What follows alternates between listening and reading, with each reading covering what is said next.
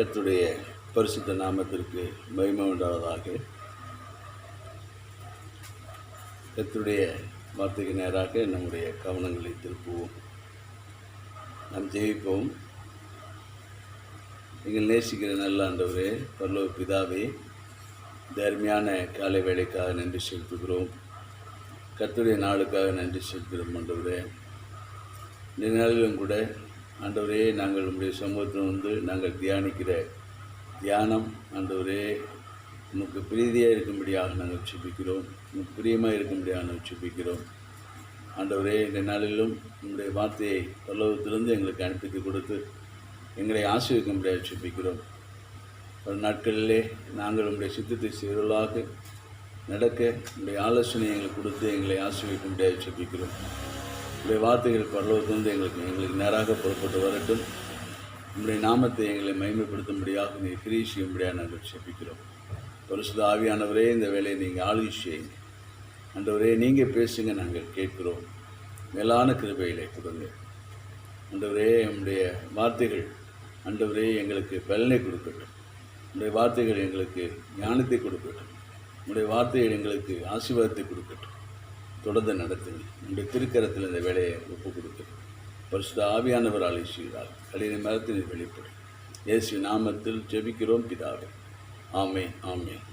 கர்த்தருடைய பரிசுத்த நாமத்திற்கு மகிமை உண்டாவதாக. இந்த நாளிலும் கூட நாம் தியானிக்கும்படியாக தேர்ந்து கொண்ட கர்த்தருடைய வார்த்தை ரூத்தின் புஸ்தகம் 2வது அதிகாரம் 12வது வார்த்தை எடுத்துக்கொள்ளுங்கள். ரூத்தின் புஸ்தகம் 2ஆம் அதிகாரம் 12ஆம் வார்த்தை நான் வாசிக்கிறேன். உன் செய்கைக்கு தக்க பலனை கர்த்தர் உனக்கு கட்டளையிடுவாராக. இஸ்ரவேலின் தேவனாகிய கர்த்தருடைய செட்டைகளின் கீழே அடைக்கலமாய் வந்த உனக்கு அவராலே நிறைவான பலன் கிடைப்பதாக என்றான். இன்றைக்கு ஆண்டவர் நம்மோடு கூட பேசும்படியாக தெரிந்து கொண்ட வார்த்தை, உன் செய்யத்தக்கத பலனை கர்த்தர் உனக்கு கட்டளையிடுவாராக. உங்களுக்கும் எனக்கும் கர்த்தருக்கு அடுத்த காரியங்களிலே நம்முடைய செய்கையை கர்த்தர் காண்கிறார். அதுக்குரிய பலனை தேவன் கொடுக்க சித்தமுள்ளவராக இருக்கிறார். இன்றைக்கு அதுதான் நம்மளோட பேசுகிறார். உன் செய்கைக்கு தக்க பலனை கர்த்தர் கொடுப்பார். எப்படிப்பட்ட செய்கைகள்? கர்த்தருக்கு பிரியமான செய்கைகள். கர்த்தருடைய வார்த்தையை கேட்டு நாம் செயல்படுகிற நம்முடைய செய்கைகள், அந்த செய்கைகளுக்கு தக்க பலனை தேவன் நமக்கு கொடுப்பார், கட்டளையிடுவார் என்று இந்த வார்த்தை நமக்கு கற்றுக் கொடுக்கிறது. ஏனென்றால் இஸ்ரவேலின் தேவனாகிய கர்த்தருடைய செட்டையின் கீழே அடைக்கலமாய் வந்த உனக்கு நிறைவான பலன் கிடைப்பதாக. கர்த்தரை நம்பி அவருடைய செட்டையின் நிழலிலே வந்து நமக்கு அவராலே கர்த்தராலே நிறைவான பலன் கிடைக்கும். உன்னுடைய செய்கைக்கு தக்கதான நிறைவான பலனை கர்த்தர் கொடுக்க வல்லவராக இருக்கிறார். அவன் செட்டியின் கீழே வந்த உனக்கு நிறைவான பலனை கொடுக்க தேவன் சித்தமுள்ளவராக இருக்கிறார். அவரை நம்பி அவர் செட்டியின் நிழலிலே செட்டிக்கு கீழே வந்த உனக்கு அவர் பலன் கொடுப்பார். எப்படிப்பட்ட பலன் கொடுப்பார்? நிறைவான பலனை ஆண்டவர் கொடுக்க சித்தமுள்ளவராக இருக்கிறார். நிறைவான பலனை கொடுப்பார். ஆமாம். அப்படியானால் என்ன நாம் விளங்கிக் கொள்ள வேண்டும் என்று சொன்னால், நம்முடைய செய்கை எப்படியோ, கர்த்தருக்கு அடுத்த காரியங்களிலே நம்முடைய செய்கை எப்படியோ அதற்கு ஏற்ற பலனை தேவன் கொடுக்க சித்தமுள்ளவராக இருக்கிறார். அதுக்கு எப்படி அரைக்குறையான பலன் அல்ல, நிறைவான பலனை தேவன் கொடுப்பார். நிறைவான பலனை தேவன் கொடுப்பார். அவர் செட்டியின் கீழிலே அடைக்கலத்தை தேடி வந்த உங்களுக்கு ஆண்டவர் சொல்லுகிற வார்த்தை, என்னாலே நிறைவான பலனை கொடுக்க முடியும். நிறைவான பலனை ஆண்டவர் கொடுக்க போதுமானவர்கள் இருக்கிறார். செட்டின் நிழலிலே, செட்டியின் கீழே வந்த உனக்கு நிறைவான பலன் உண்டு. இன்னொரு வார்த்தை கூட நான் வாசிக்கிறேன். சங்கீதங்களின் புஸ்தகம் 57ஆம் சங்கீதம் முதல் வசனத்தை வாசிக்கிற போது 57:1 சங்கீதக்காரன் ஆகிய தாவீது இப்படியா எழுதுகிறான், எனக்கு இறங்கும் தேவனே, எனக்கு இறங்கும். உம்மை என் ஆத்துமா அண்டிக் கொள்ளுகிறது. விக்கினங்கள் கடந்து போகும் மட்டும் உமது சேட்டைகளின் நிழலிலே வந்து அடைவேன். சேட்டையின் கீழே வந்த உனக்கு நிறைவான பலன் உண்டு என்று சொல்லி 22:12 சொன்ன தேவன், சங்கீதங்களின் புஸ்தகம் 57ஆம் சங்கீதம் 1வது வசனத்தில் அவரை அண்டிக் கொள்ளுகிற நமக்கு, நம்மளுடைய ஆத்துமா தேவனை அண்டிக் கொள்கிறது. எனவே விக்கினங்கள் கடந்து போகும் மட்டும் சேட்டைகளின் நிழலிலே வந்து அடைவேன். நிழலின் கீழே வந்த உனக்கு நிறைவான பலன், உன் செய்யத்தக்க பலன் உண்டு. ஆத்துமா தேவனை தேடி அவரிடத்திலே வந்து அண்டிக் கொள்கிற ஆத்துமாவுக்கு ஆண்டவர் சொல்லுகிறார், செட்டையின் நிழலிலே அடைக்கலம் உண்டு. செட்டையின் நிழலிலே அடைக்கலம் உண்டு. எப்போது விக்கினங்கள் கடந்து போகும் மட்டும் அவன் செட்டையின் நிழலிலே இருக்க வேண்டும். உன்னதமானவருடைய மறைவிலே தங்குகிறவன் சர்வ வல்லவருடைய நிழலிலே தங்குவான். உன்னதமானவருடைய மறைவில் இருக்கிறவன் சர்வ வல்லவருடைய நிழலிலே தங்குவான். அவன் செட்டையின் கீழே வந்த உனக்கு நிறைவான பலன் உண்டு. உன் விக்கினங்கள் கடந்து போகும் மட்டும் அவர் செட்டையின் நிழலிலே வந்து இருக்க முடியும். அவர் செட்டையின் நிழல் நமக்கு ஆறுதல், அவர் செட்டையின் நிழல் நமக்கு பாதுகாப்பு. இதைத்தான் இன்றைக்கு ஆண்டவர் பலன் கொடுப்பார். எப்படிப்பட்ட பலனை கொடுக்கிறார்? விக்கினங்கள் கடந்து போகும் மட்டும் அவர் செட்டையின் நிழலிலே வந்து, அவர் செட்டையின் கீழ் வந்த உனக்கு நிறைவான பலன் உண்டு. ஆபத்து காலத்திலே விக்கினங்கள் சூழ்ந்து இருக்கிற வேளையிலே அவர் செட்டையின் நிழலிலே வந்து நாம் அதில் அமைதியாய் காத்திருக்கும் போது ஆண்டவர் நம்மை பாதுகாக்கிறார். அதுதான் சங்கீதக்காரன் சொல்கிறான். அப்போ 2 விதமான காரியங்களை செட்டையின் கீழிலே பார்க்கிறோம். கர்த்தருடைய செட்டையிலே 2 விதமான காரியங்களை இன்றைக்கு நாம் பார்க்கிறோம். 1 பலன், 2 பாதுகாப்பு. உன் செய்யத்தக்கதான பலனை கொடுக்கிற தேவன், விக்கினங்கள் உன்னை சூழ்ந்து கொள்ளும் போது அவன் செட்டையின் கீழே நிழல் உண்டு, அதிலே உனக்கு பாதுகாப்பு கிடைக்கும். அதுதான் சங்கீதக்காரன் சொல்கிறார், ஆண்டவரே என் ஆத்துமாவை அண்டிக் கொண்டிருக்கிறது. விக்கினங்கள் கடந்து போகும் மட்டும் உன் செட்டையின் நிழலிலே வந்து நான் அடைந்து கொள்வேன். அப்போது அடைக்கப்பட்ட ஒரு நிலைமை இன்றைக்கு விக்கினங்கள் சூழ்ந்து இருக்கிறது. கொள்ளை நோயினாலே விக்கினம், அந்த விக்கினங்கள் சூழ்ந்திருக்கிறது. நாம் எல்லாம் அடைக்கப்பட்டிருக்கிற நேரத்திலே நம்முடைய அடைக்கலம் செட்டையின் நிழல், கர்த்தருடைய நிழல். இன்றைக்கு கர்த்தருடைய நிழலிலே வந்த நமக்கு அடைக்கலம் உண்டு, பாதுகாப்பு உண்டு. செட்டையின் கீழ் அவர் செட்டையின் கீழே வந்த உனக்கு நிறைவான பலன் உண்டு.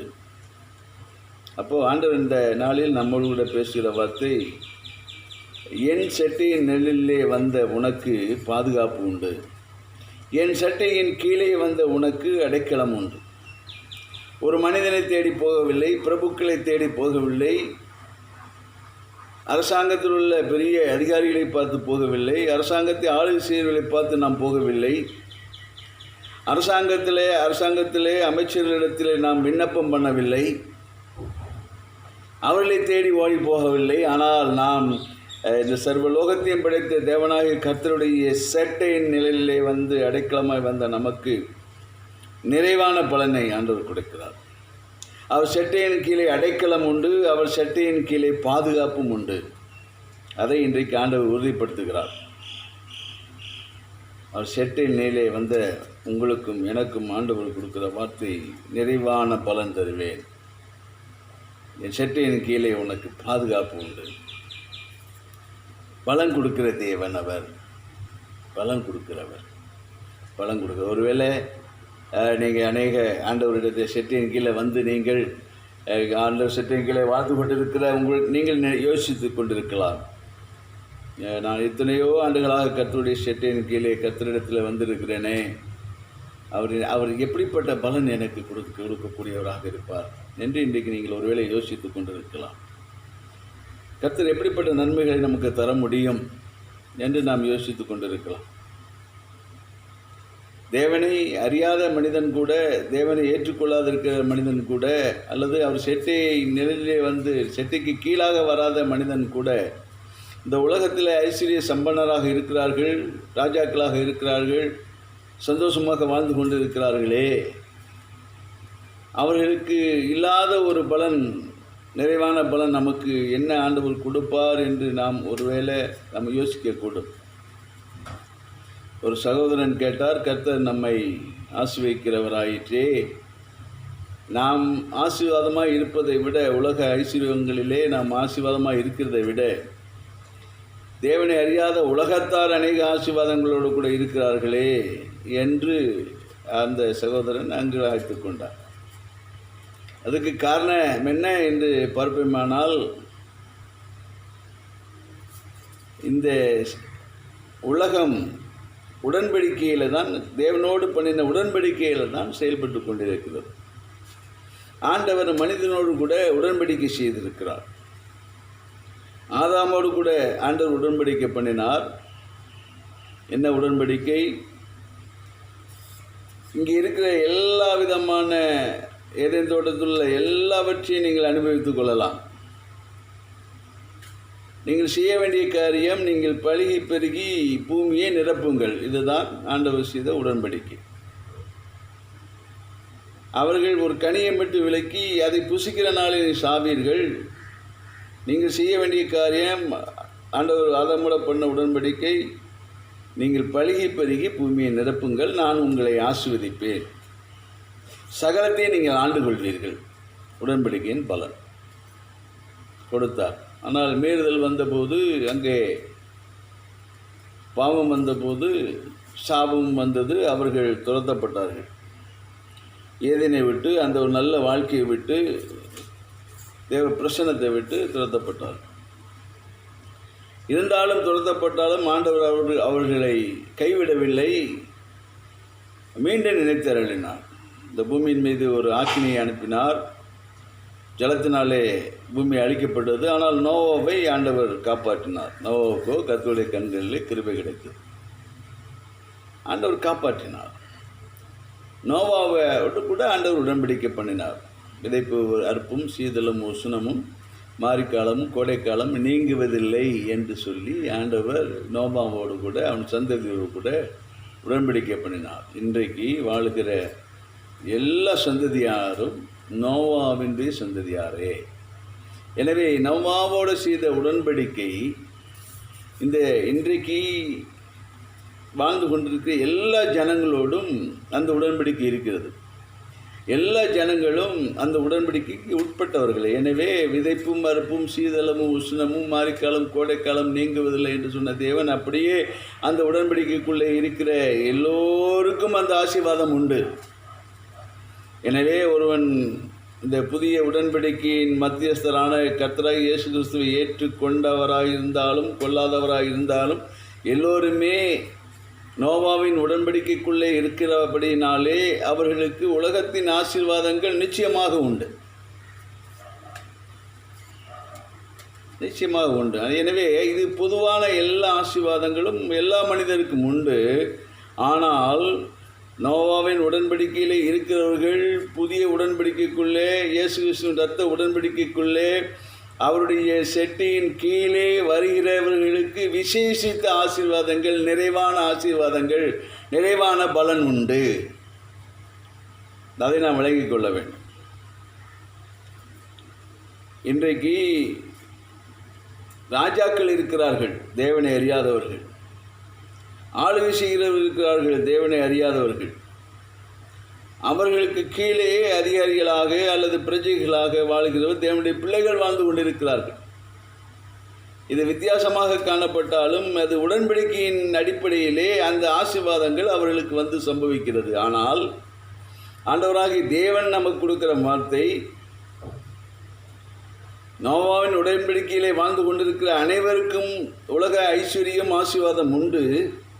ஆனாலும் கர்த்தராகிய இயேசு கிறிஸ்துவின் செட்டையின் கீழே வந்த உனக்கு நிறைவான பலன் உண்டு. நிறைவான பலன் உண்டு. உன் செய்கைக்கு தக்க பலனை கர்த்தர் நிச்சயமாகவே கட்டளையிடுவார்.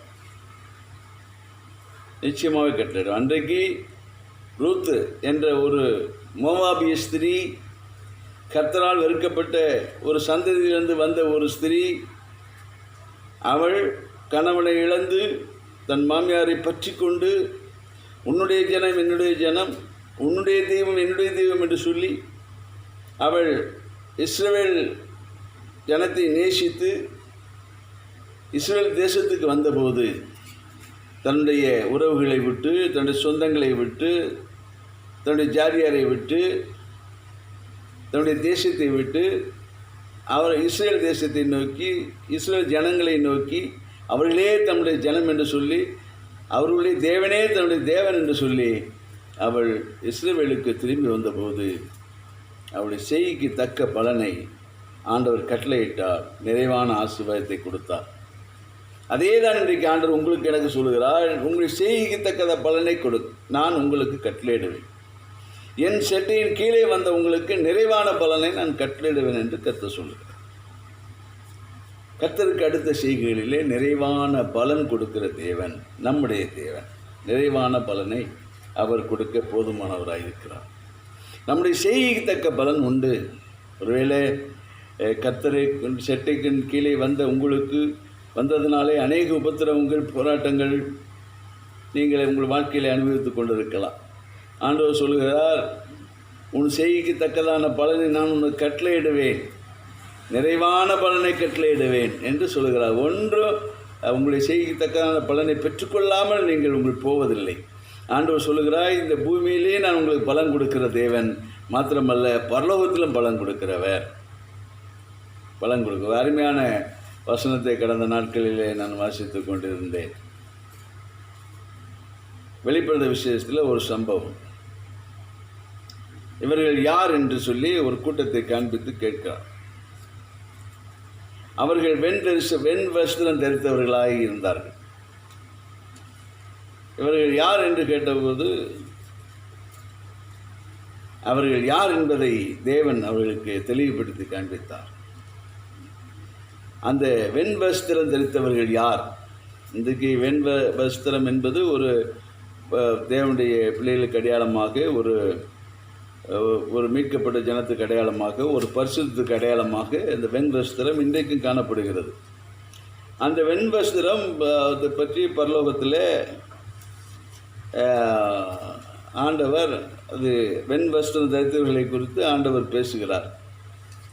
அவர்கள் யார் என்று சொன்னால், மிகுந்த உபத்திரவத்திலே வந்தவர்கள், அவர்கள் ஆட்டுக்குட்டியானுடைய இரத்தத்திலே தங்களுடைய வஸ்திரத்தை தோய்த்தவர்கள் என்று வேதம் சொன்னது. அப்போ வெண் வஸ்திரம் யாருக்கு கொடுக்கப்படுகிறது?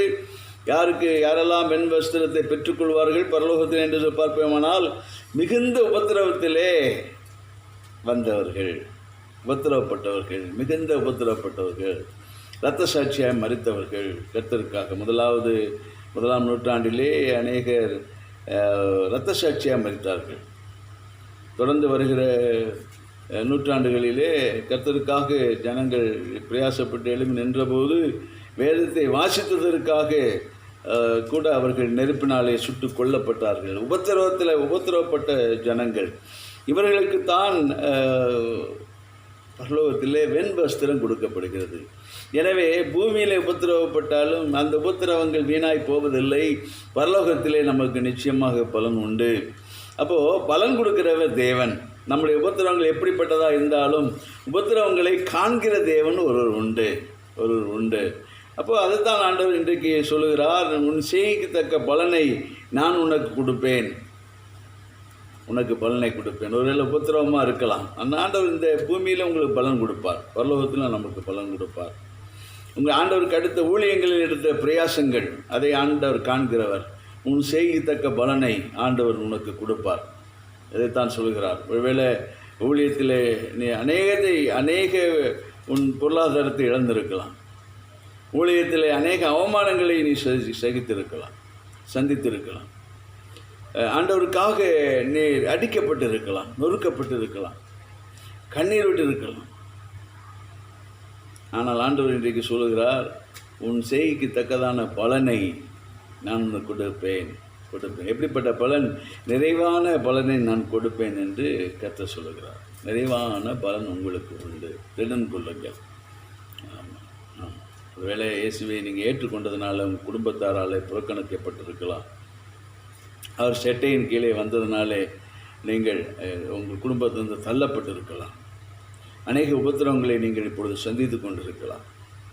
அநேக போராட்டங்களை உங்கள் வாழ்க்கையில் சந்தித்து கொண்டிருக்கலாம். ஊழியத்துக்கு அடுத்த காரியங்களிலே ஆண்டவருக்காக நீங்கள் ஓடிக்கொண்டிருக்க வேண்டிய அநேக விதமான போராட்டங்களை சந்தித்து கொண்டிருக்கலாம். எனக்கு நன்மை செய்வார் ஒருவருமே இல்லையா என்று நீங்கள் தேங்கி நிற்கலாம். ஆண்டவர் இன்றைக்கு சொல்லுகிறார், அவர் செட்டியின் கீழே அடைக்கலமாய் வந்த உனக்கு நிறைவான பலன் உண்டு. உன் செய்யத்தக்கதான பலன், நிறைவான பலனை தேவன் கொடுக்க சித்தமுள்ளவராயிருக்கிறார். எப்படிப்பட்ட பலனெல்லாம் ஆண்டவரால் கொடுக்க முடியும்? எப்படிப்பட்ட பலனை கொடுப்பார்? யாருக்கு கொடுத்தார்? யாருக்கெல்லாம் கொடுத்தார்? எப்படிப்பட்ட பலனை கொடுத்தார்? யார் என்ன கேட்டாங்க? பார்க்கலாமா? எடுத்து வாசியுங்கள். ஆதியாகமத்தின் புஸ்தகம், ஆதியாகமும் எடுத்துக்கொள்ளுங்கள். ஆதியாகமத்தை திருப்பிக் கொள்ளுங்கள். 15வது ஆதியாகமும் 15வது அதிகாரத்தில் 2வது வசனத்தை எடுத்துக்கொள்ளுங்கள். ஆதியாகமும் 15:2. ஆதியாகம புஸ்தகம் 15வது அதிகாரம் 2வது வார்த்தையை நான் வாசிக்கிறேன். அதற்கு ஆபிரகாம், கர்த்தராகிய ஆண்டவரே, அடியேனுக்கு என்ன தெரிவீர்? நான் பிள்ளையில்லாமல் இருக்கிறேனே. தமஸ்கு ஊரானாகிய இந்த எலியேசர் என் வீட்டு விசாரணை கர்த்தனாக இருக்கிறானே என்றார். என்ன தெரிவிங்க? உங்களுடைய செட்டியின் நிழலில் அடைக்கலமாய் வந்த எனக்கு என் செய்யத்தக்கதான பலனை, நிறைவான பலனை கொடுப்பேன்னு சொன்னீங்களே என்று நாம் அவரை நோக்கி பார்க்க வேளையிலே ஆண்டவர் ஒரு சம்பவத்தை நமக்கு திருப்பி காண்பிக்கிறார். ஆபிராம் தேவனாலே அழைக்கப்பட்டவன். அவன் ஆண்டவரை பார்த்து, தேவனாகி கர்த்தரை பார்த்து கேள்வி கேட்கிறான். கர்த்தராகி ஆண்டவரே, 15:2 ஆதியாகமம் 15:2 கேட்குறான். கர்த்தராகி ஆண்டவரே, அடியேனுக்கு என்ன தெரிவிங்க? அப்போ அவனுடைய கேள்வியில் என்ன இருக்குன்னா, என் சொந்த நாட்டை விட்டு, என் வீட்டாரை விட்டு, உறவினரை விட்டு நான் நீ அழைத்த உடனே புறப்பட்டு வந்தேன். உன்னுடைய செட்டையின் கீழே வந்துட்டேன். என் செய்கை நீ அறிந்திருக்கிறீர். அடியேனுக்கு நீ என்ன தெரிவீர்? கொஸ்டினாக தான், என்ன தெரிவிங்க கேட்கலாம். அப்போது ஆண்டவரே, நீ என்ன தெரிவீர் எனக்கு கேட்கக்கூடாது என்பதில்லை, கேட்கலாம். தருகிறேன். அதான் ஆண்டவர் சொல்கிறார். கேட்கிற போது நாம் அதுக்குரிய விளக்கத்தை, அந்த கேட்க நம்முடைய குழப்பத்தை நீக்கி விளக்கத்தை பெற்றுக்கொள்ள முடியும். தேவன் என்னத்தை தருவார் என்பதை நாம் அறிந்து கொள்ள முடியும். அப்புறம் கேட்டான், ஆண்டவரே, நீ எனக்கு என்ன தெரிவீர்? ஒரு பிள்ளை கூட இல்லாமல் இருக்கிறேனே, பிள்ளை இல்லாமல் இருக்கிற எனக்கு நீங்கள் என்ன தருவீங்க? எலியேசர் என் வீட்டில் எல்லா காரியங்களையும் அவனே பொறுப்படுத்தி செய்கிறான். பெற்ற ஒரு வீட்டு வளர்ப்பு பிள்ளை போல இருக்கிறானே. உம்மை நம்பி வந்த எனக்கு நீர் என்ன தருவீர் என்று கேட்குறான். அப்பொழுது ஆண்டவர் என்ன சொல்கிறார், என்ன கொடுக்குறாரு அவனுக்கு பாருங்களேன். என் செட்டின் கீழே அடைக்கலமாய் வந்த உனக்கு நான் நிறைவான பலனை நான் கொடுப்பேன். அப்பொழுது அந்த 5வது வசனத்தை வாசிங்க. கர்த்தர் அவனை வெளியே அழைத்து, நீ வானத்தை அண்ணாந்து பார், நட்சத்திரங்களை என்ன உன்னாலே கூடுமானால் அவைகளை எண்ணு என்று சொல்லி, பின்பு அவனை நோக்கி, உன் சந்ததி எவ்வளவாக இருக்கும் என்றான். 7வது வசனம். பின்னும் அவர் அவனை நோக்கி,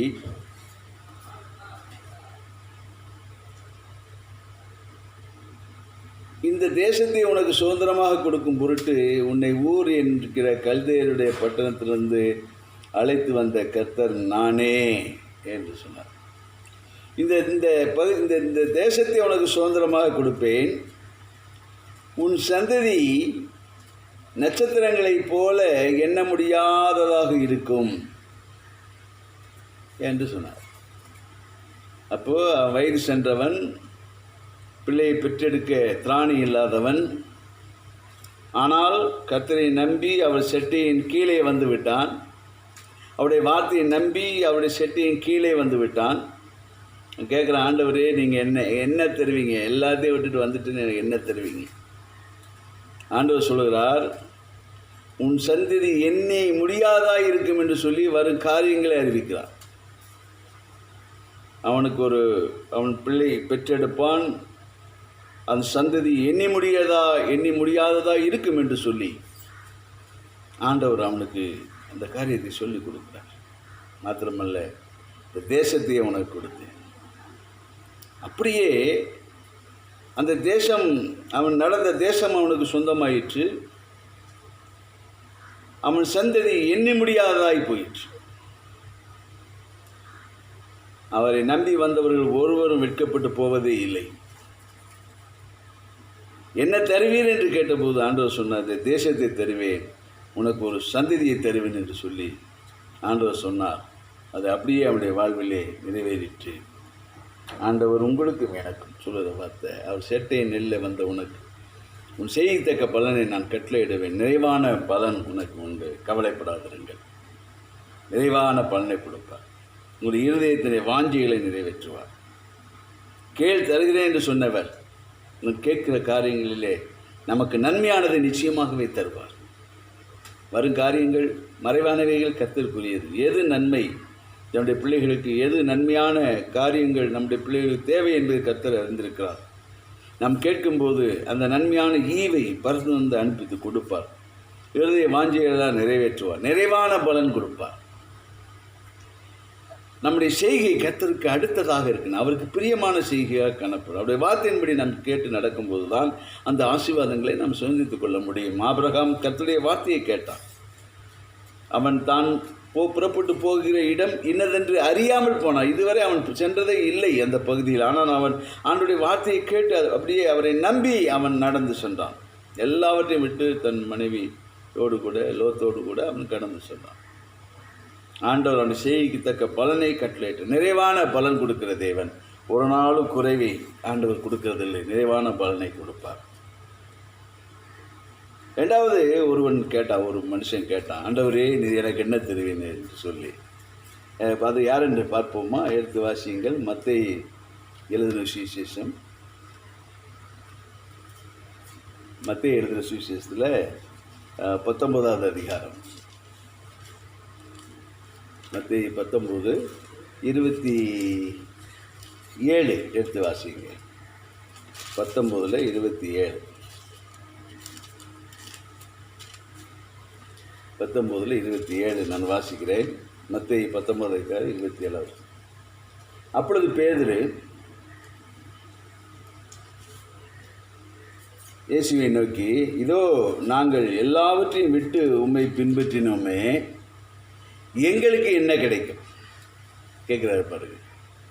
பேதுரு கேட்குறார். ஆண்டவர் அவரை அழைத்தார், ஊழியத்துக்கென்று அவர் வந்தார். அவர் ஒரு நாள் ஆண்டவரை பார்த்து கேட்குறார், கர்த்தராகிய இயேசு கிறிஸ்துவை பார்த்து கேட்குறார், எல்லாவற்றையும் விட்டு நாங்கள் உம்மை பின்பற்றினோமே, எங்களுக்கு என்ன கிடைக்கும்? எங்களுக்கு என்ன கிடைக்கும்? நல்ல கேள்வி. எல்லாவற்றையும் விட்டு உம்மை பின்பற்றி வந்த எங்களுக்கு என்ன கிடைக்கும்?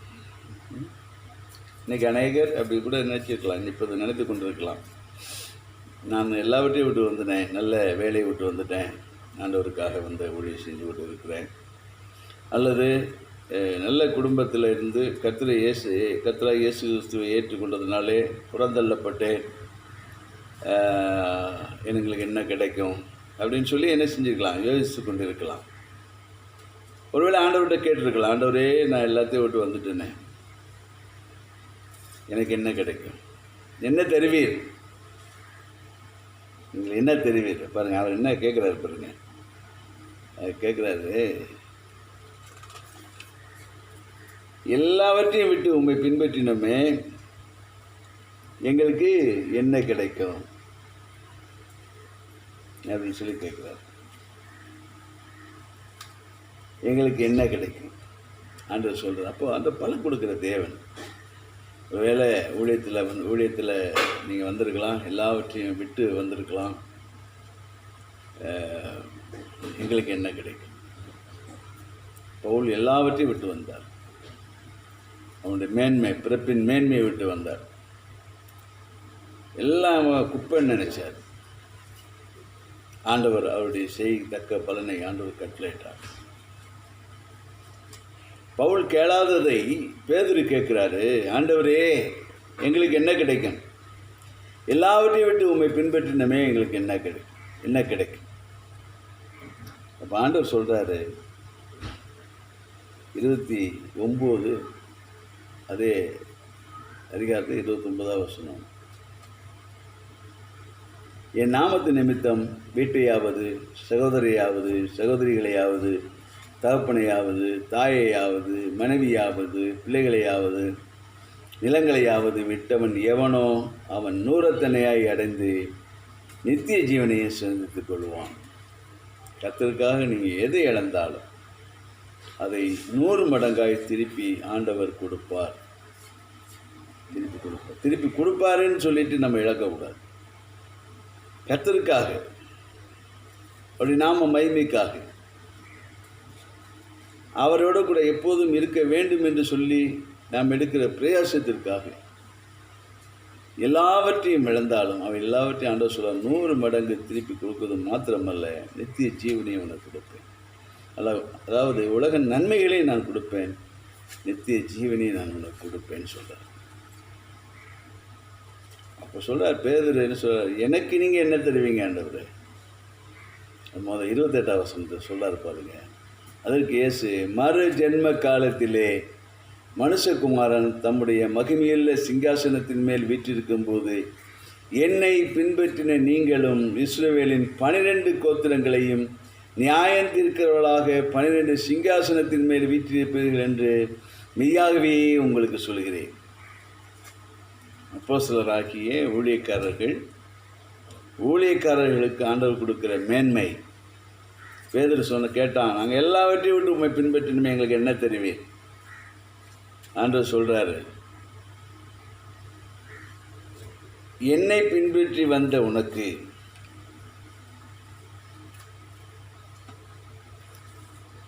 ஊழியக்காரங்களை தப்பாக சொல்கிறார். இப்போ என் ஊழியக்காரராகி உங்களுக்கு நான் கொடுக்குற பலன் என்னன்னு சொன்னால், என்னோடு கூட சிங்காசனத்தில் உட்கார்ந்து நீங்கள் நியாயம் தீர்ப்பீர்கள்.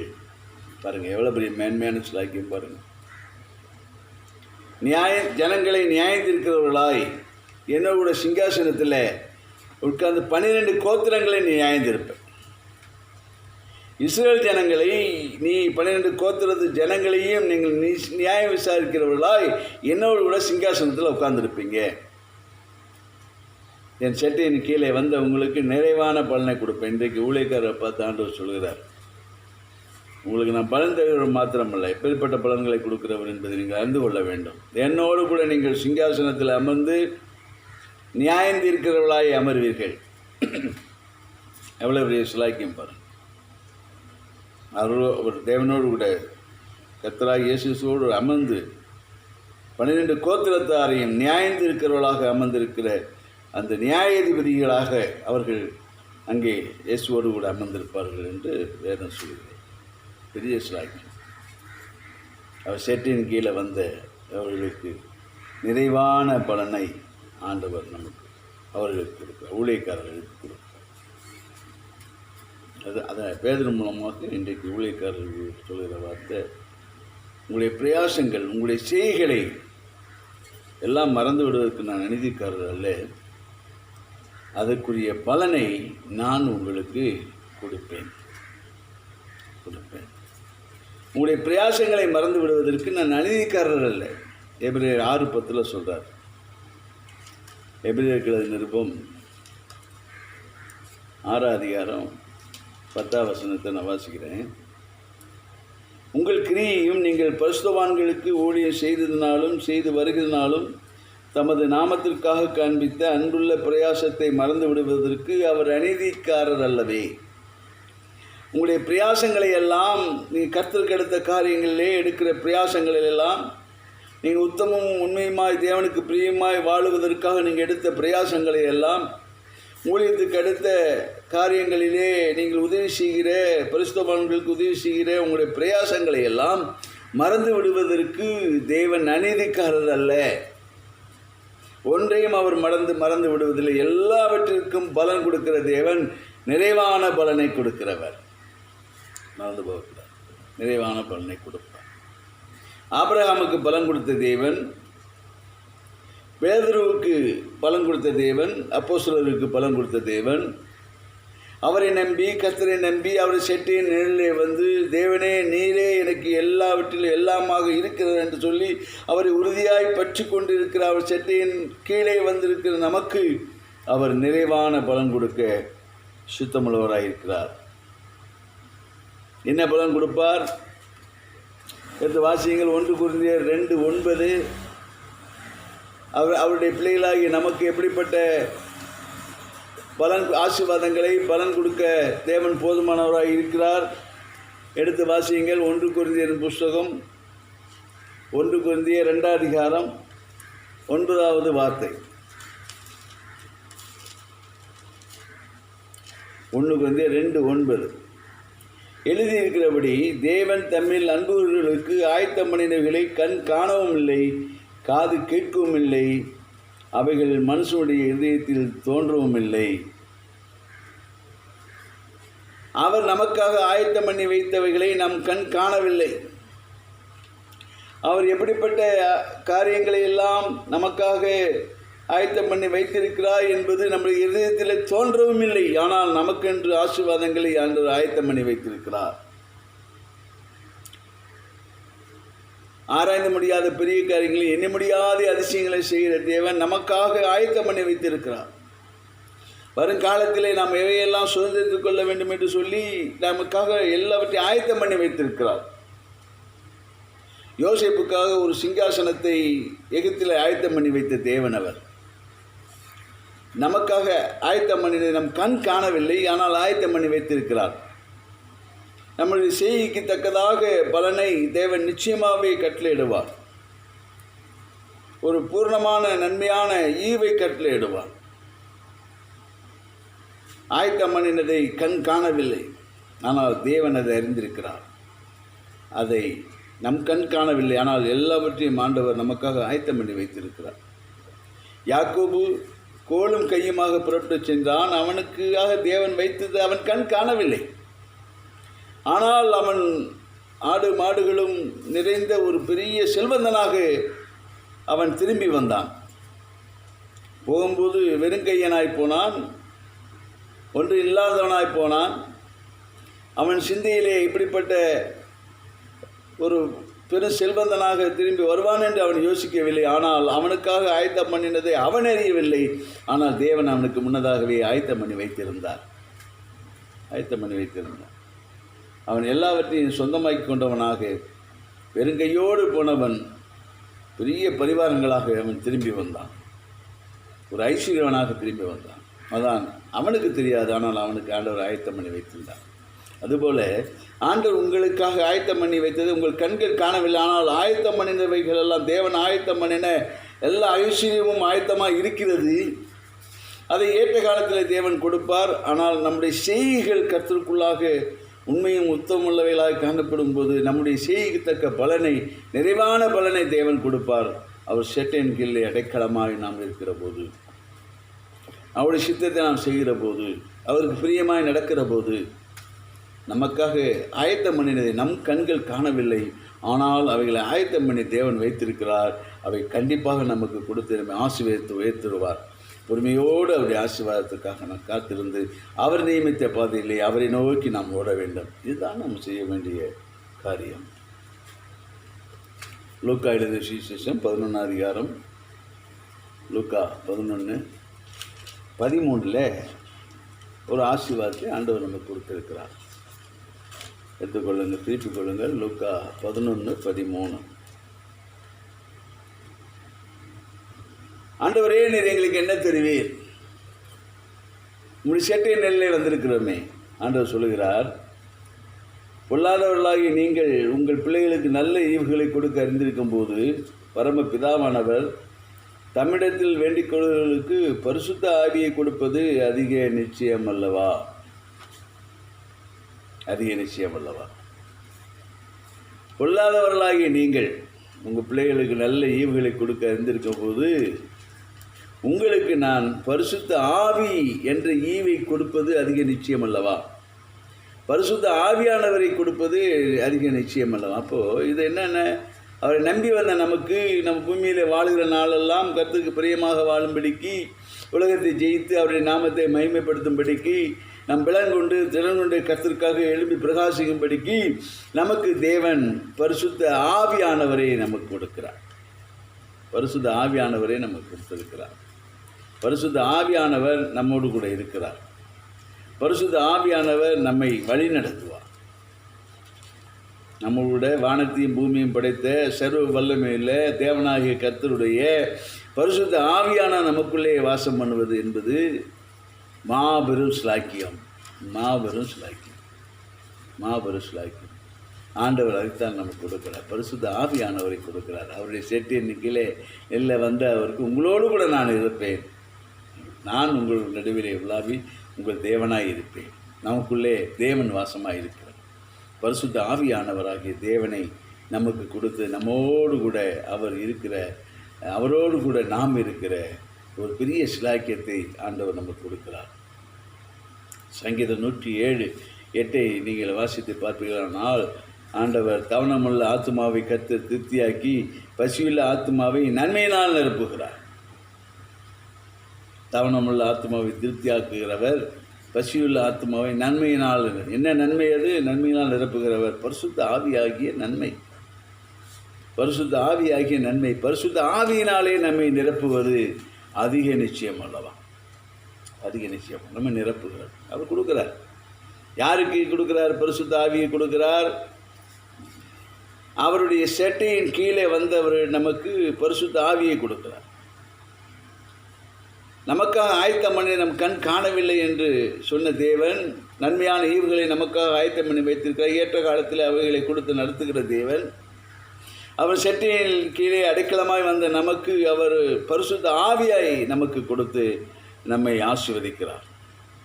நம்மை நடத்துகிற, நம்மை பலப்படுத்துகிற, நம்மை போஷிக்கிற, நம்மை அபிஷேகிக்கிற, நம்மை ஆசீர்வதிக்கிற பரிசுத்த ஆவியானவர் நம்மோடு கூட இருந்து நம்மை நடத்துகிற பரிசுத்த ஆவியானவரை நமக்கு கொடுக்கிறார். ஆண்டவரே, எனக்கு என்ன தருவீர்? பரிசுத்த ஆவியை நான் உங்களுக்கு கொடுப்பேன். பரிசுத்த ஆவியானவர். யாக்கோபு நிருபத்திலே 1:17 நன்மையான ஈவுகள், பூரணமான வரங்கள் பரத்திலிருந்து உண்டாகி ஜோதியின் பிதாவிலிருந்து இறங்கி வருகிறது என்று வேதம் சொல்லுது. அப்போ நன்மையான ஈவுகள், பூரணமான வரங்கள் தேவன் கொடுப்பார். தேவன் கொடுப்பார். அவர் செட்டிய நிலையில் வந்த உனக்கு, ஆண்டவரே, நீ எனக்கு என்ன தருவீர்? ஆவியின் வரங்களை தருவீர். நன்மையான ஈவுகள் பரத்திலிருந்து உண்டாகி உன்னிடத்தில் இறங்கி வரும். நன்மையான ஈவுகளை தருவீர், நன்மைகளை தருவீர். ஆண்டவர் சொல்லுகிறார், அவர் செட்டின் கீழே அடைக்கலமாய் வந்த உனக்கு நிறைவான பலன் உண்டு. உனக்காக நான் ஆயத்தம் பண்ணிகளை உன் கண் காணவில்லை, ஆனால் ஆயத்தம் பண்ணி வைத்திருக்கிறேன். ஏற்ற காலத்தில் அதை நீ சோதித்துக் கொள்வார். யோசேப்பை போல, யாக்கோபை போல நீ சோதித்துக் கொள்வார். அவருடைய செட்டின் கீழே அடைக்கலமாக வந்த உனக்கு பரிசுத்த ஆவியானவரை, பரிசுத்த ஆவியை நான் கொடுப்பேன். தேவ ஆவி உங்களிலே வாசமாக இருக்கும். அது அந்த அபிஷேகம் சகலவற்றை குறித்து உனக்கு போதிக்கும். அது சத்தியமாக இருக்கும்.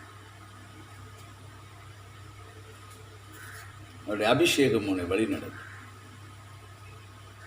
நிறைவான மகிழ்ச்சியை கொடுக்கும். பரிசுத்த ஆவி உங்களுக்கு வரும்போது பலன் உண்டாகும். மேலான கிருபைகளை ஆண்டவர் கொடுக்கிறார். மாத்திரமல்ல, பரத்திலிருந்து நன்மையான ஈவுகளையும் வரங்களையும் ஆண்டவர் கொடுத்து நம்ம நடத்துகிற தேவனாக இருக்கிறார். ஆண்டவரே, நீ எனக்கு என்ன தெரிவி ஆண்டவர் சொல்கிறார், தர்றேன். மறைவான ஆசீர்வாதங்களை வைத்திருக்கிறேன் என்று சொல்றார். பரிசுத்த ஆவியை கொடுக்க, நன்மையான ஈவுகளை நான் உனக்கு கொடுக்கிறேன். மாத்திரமே நாமத்தினால நீங்கள் எதை கேட்டாலும் நான் அதை செய்வேன். எதை கேட்டாலும் நான் செய்வேன். இப்படிப்பட்ட மேலான ஆசீர்வாதங்களை தேவன் கொடுக்க சித்தமுள்ளவராக இருக்கிறார். ஷெட்டின் நிலையிலே கீழே அடைக்கலமாய் வந்த உனக்கு நிறைவான பலன் உண்டு. அவன் செட்டில் நிலையிலே வந்த உனக்கு பாதுகாப்பு உண்டு. பாதுகாப்பு உண்டு. ஆனால் உன்னதமானவருடைய மறைவு, அவர் செட்டையில் நிழல், அதுதான் நமக்கு ஆசீர்வாதத்தை கொடுக்கும். அதுதான் நமக்கு பாதுகாப்பையும் கொடுக்கும். உலகம் எப்பேற்பட்ட தீமைகள் உருவான இந்த கடைசி காலத்தில் உலகத்தில் பயங்கரமான காரியங்கள் சம்பவித்தாலும் அவர் சேட்டையின் கீழே அடைக்கலமாய் வந்த உனக்கு பலன் உண்டு, நிறைவான பலன் உண்டு. அவர் செட்டையின் கீழே, அவர் செட்டையின் நிழலிலே வந்த உனக்கு பாதுகாப்பு உண்டு. விக்கினங்கள் கடந்து போக மட்டும் அவர் செட்டையின் நிழலிலே வந்து அடைவேன். ஆண்டவர் பேதுருவுக்கு பலன் கொடுத்த தேவன், ஆபிரகாமுக்கு பலன் கொடுத்த தேவன் உங்களுக்கும் எனக்கும் பலன் கொடுக்க அந்த சித்தமுள்ளவராயிருக்கிறார். அன்று இன்றைக்கு சொல்லுகிறார், என் செட்டையின் நிலையிலே வந்த உனக்கு, கர்த்தரின் செட்டியின் நிலையிலே வந்த உனக்கு, செட்டியின் அடி கீழே வந்த உனக்கு, கர்த்தராகிய தேவனுடைய செட்டியின் கீழே வந்த அடைக்கலமாய் வந்த உனக்கு நிறைவான பலன் உண்டு, பாதுகாப்பு உண்டு. ஆண்டவர் அப்படிப்பட்ட மேலான ஆசீர்வாதங்களை கொடுக்க போதுமானவராக இருக்கிறார்.